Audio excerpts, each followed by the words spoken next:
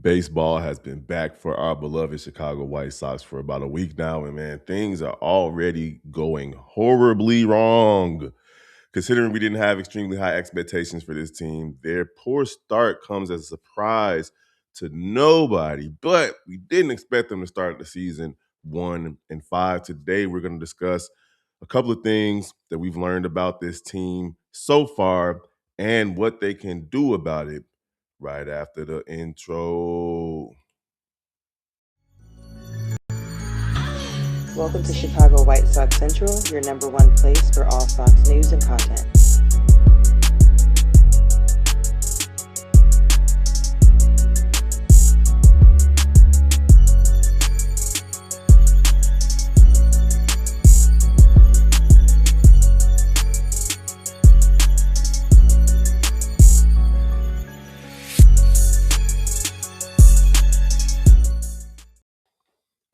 Good morning, Chicago White Sox fans. Welcome to another episode of Chicago White Sox Central. It's your boy, Big Kev, holding it down for the South Side. Y'all already know what to do. Hit me up at Big Kev from the Shy, Big Kev, Kev from DACHI over on Twitter, Instagram, TikTok, and of course, Sox Central Pod over on the same places. And then Shy White Sox Central at gmail.com. Like, comment, share, follow, hit that notification bell. Y'all already know what it is. We're going to get right into the content, man. Listen, the Chicago White Sox they've played 6 baseball games, and they've only emerged victoriously in one of them. Game 7, today's home opener versus the Toronto Blue Jays, has been postponed due to inclement weather in the Chicagoland area. And honestly, it's not really a bad thing for a team for the team at least.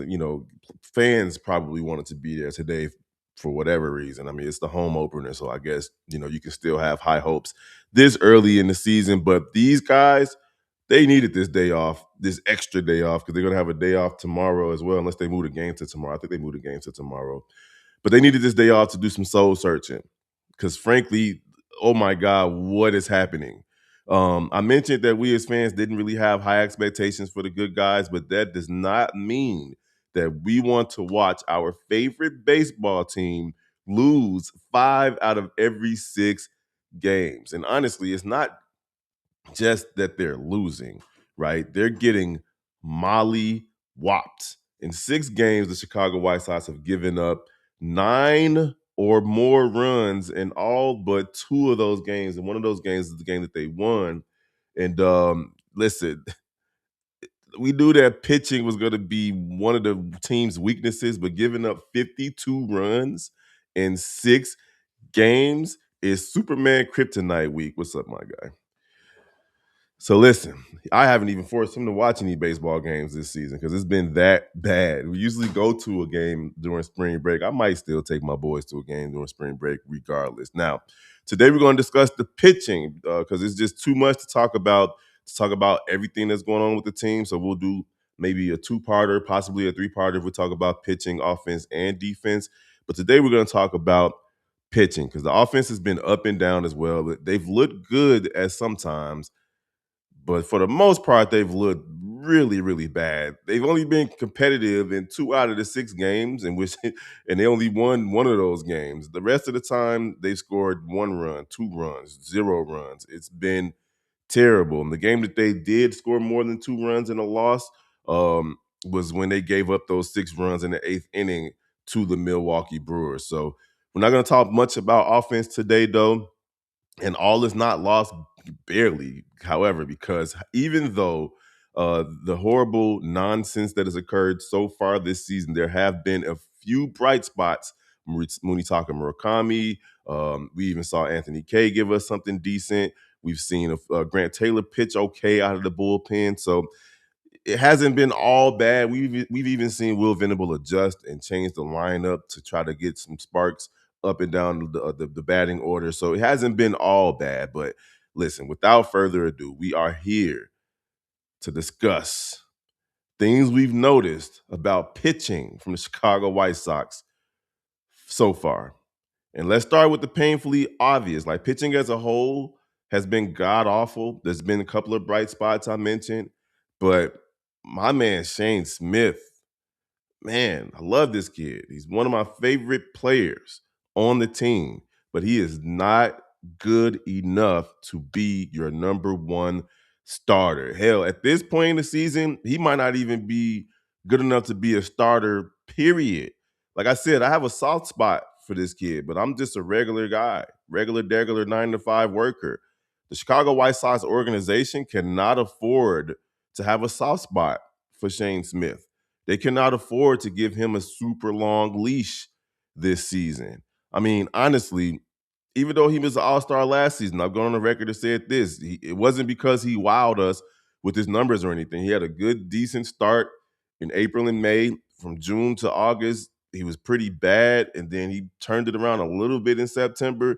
But if the MLB didn't have the rule of every team having to have at least one player on the all-star roster, I doubt Shane Smith would have made that team. Just looking at his numbers overall, you can't take anything away from him though. He does have an All Star on under his belt, but at the end of the day, he hasn't shown me that he has improved um, or really worked on anything this offseason. So far this season, in 2 starts, Shane Smith is 0-2 with 3 strikeouts and a 19.29 ERA.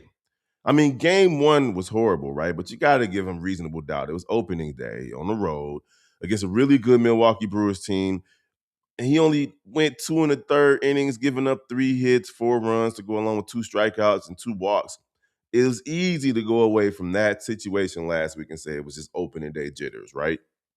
But yesterday was completely inexcusable. In 3 innings pitched, Smith relinquished 8 hits, 8 runs, a home run, 2 walks, and 1 strikeout. Hell, he could have gotten out of that terrible first inning had he just turned and threw the ball to the second baseman instead of throwing it out to center field. That extended it because it was going to be a double play. That extended the inning, and the Chicago White Sox ended up giving up 4 runs in that inning. So to recap, in 4 2/3 innings across 2 games, the supposed ace of this team has looked like he's been out there just throwing batting practice as opposed to real live baseball games. And shout out to Baseball Savant, right? Because if you look at it, it's such a small sample size, right? It's only 2 games in less than 5 innings. But last season, Shane Smith's go-to pitch was the four-seam fastball. He threw that pitch more than twice than he threw any other pitch. And honestly, there was no reason for him not to, right? Hitters only bat 192 against him with the four-seam fastball. He struck out 74 batters with the four-seam fastball, and he only gave up 6 home runs and 8 doubles all season with that pitch. Now, he did give up 48 hits, but they bat 192 against him. His next best pitch was the changeup, and that makes sense, right? You're gonna throw the fastball, so you follow that up with the same changeup, try to get hitters off balance, and they only bat 200 against him with that one. He did have 23 strikeouts on the changeup, and he only gave up 2 home runs. And then his third best pitch was the curveball. Now he didn't throw that nearly as much as he threw the four seamer or the curve or the changeup, and his sinker was his fourth best pitch, and then he had a slider. Now the sinker, slider, and curveball combined is what he still threw them less than what he threw for the four seamer, right? But he still did well. Batters didn't really kill him. I know why he didn't throw the curveball as much because pit batters hit 267 off the curveball, 246 off the sinker, 254 off the slider. So those pitches, they were getting hits. So I can see why he really didn't throw them that much. Now he did have a sweeper that he threw a grand total of 3 times last season. But again, look at these averages: 192 on the four seamer, 200 on the changeup, 267 on the curveball, 246 on the sinker, and 254 on the slider. Now, fast forward to 2026. Right now, batters are seeing the ball come out of Shane Smith's hands as if it's a beach ball. His best pitch, the four seam fastball, batters are already hitting 333 off of him. And he's only gotten 1 strikeout so far. And it's a small sample size, but still. He's already given up a hit, only 1 strikeout. 333, right? And then you have 500 off the sinker, and they're just tagging that pitch.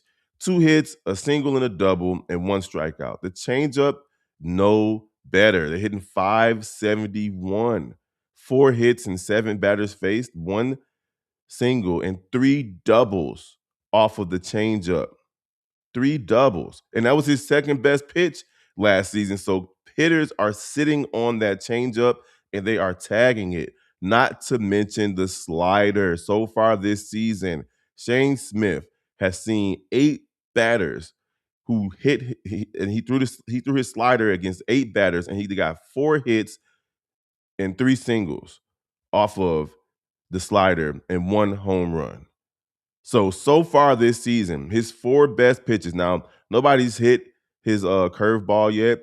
Good for him on that one. But his 4 best pitches has been the fastball. He's given up 333 batting average, 500 to the sinker, and 571 to the slider to go along with a home run.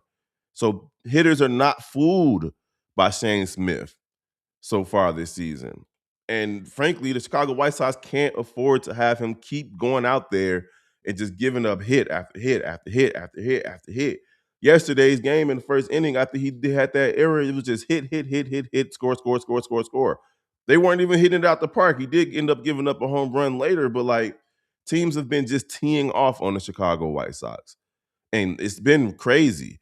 Now, Smith isn't the only pitcher to suck for the Chicago White Sox. This brings me to my next point. Yesterday, the squad lost to the Marlins 10-0 on a gem from Sandy Alcantara, right? He's a great pitcher. He won a Cy Young back in 2022, I believe. But he threw a 9-inning shutout on just 93 pitches. What? That's Greg Maddux type stuff. And it doesn't happen in baseball anymore. Frankly, like a complete game shutout in 2026. Like, what are we doing here? So far in 6 games, not one starter made it past the 5th inning for the Chicago White Sox. Anthony Kay is the only starter who didn't get knocked around, and even he gave up 3 hits and a home run in 4 and 2/3 innings. He should have a win under his belt. That's the game that the Chicago White Sox allowed the Milwaukee Brewers to come back in. But besides Kay, every single starter has given up at least 3 earned runs. And don't get me started on this bullpen. Every single reliever has given up at least 1 run, with the exception of Lucas Sims. Like overall, the entire pitching staff has given up 65 hits, 47 earned runs, 8 home runs to go along with 47 strikeouts and 33 walks. That's in just 49 innings pitched. Teams are coming up to the bat to the plate and knowing that they can get a hit off this team, and they're doing it in old school fashion. They get them on, they get them over, or they steal bases because the Chicago White Sox have given up a lot of stolen bases already, and they get them home. It's been embarrassing. And the only way to fix this problem with pitching, honestly, is to bite the bullet and call up the young guns waiting in the wings down in Triple A. Rest like now, like yesterday. It's the same thing that happened last season for the offense when Chris Getz and the rest of his people decided to call up Kyle Till, who was sorely missed, get well soon, Edgar Quero, and Colson Montgomery. The White Sox cannot afford to wait until May and June to call up Noah Schultz, Hagen Smith, Tanner McDougal. The bullpen in general, just the pitching staff in general, needs a shot in the arm. All pun intended. The 3 guys that I just mentioned cannot be worse than what we've seen so far from our starting pitching. You might as well let them come up here and see what they can do at the major league level. We talked about it in the last episode about how dominant these guys have been down in Charlotte. There's no reason to wait any longer. Shane Smith has a 19 point whatever ERA. What are we talking about here? These guys can't even make it out of the. Eric Fetty gave us 5, like the veterans. Eric Fetty and Anthony Kay, they did all right. Davis Martin, he was okay as well, but he did give up 5 hits and 3 earned runs. We already talked about Shane Smith and Anthony Kay. Who was the other starter? Sean Burke. Sean Burke gave you 4 innings, 7 hits. 7 hits in 4 innings, 3 earned runs, and 5 strikeouts. Like, these teams are just coming up getting hits. Eric Fady gave up six hits. Davis Martin gave up 5 hits. We already talked about Smith. Anthony Kay was the only one that started that gave up less than 5 hits. Like, something has to give. And the bullpen just gives up hits as well. Jordan Lesher, I don't even know why he's still here. 3 hits given up in 3 innings. Murphy gave up 6 hits in 3 innings. Paez has given up 4 hits and two homers in just 3 innings. Like, pitching is terrible, man. You got to start bringing up these young guys. Let them show what they can do. And just listen. I know it's early, but still, come on now. Come on. Pitching has been awful. Now, let us know what you think in the comments, though.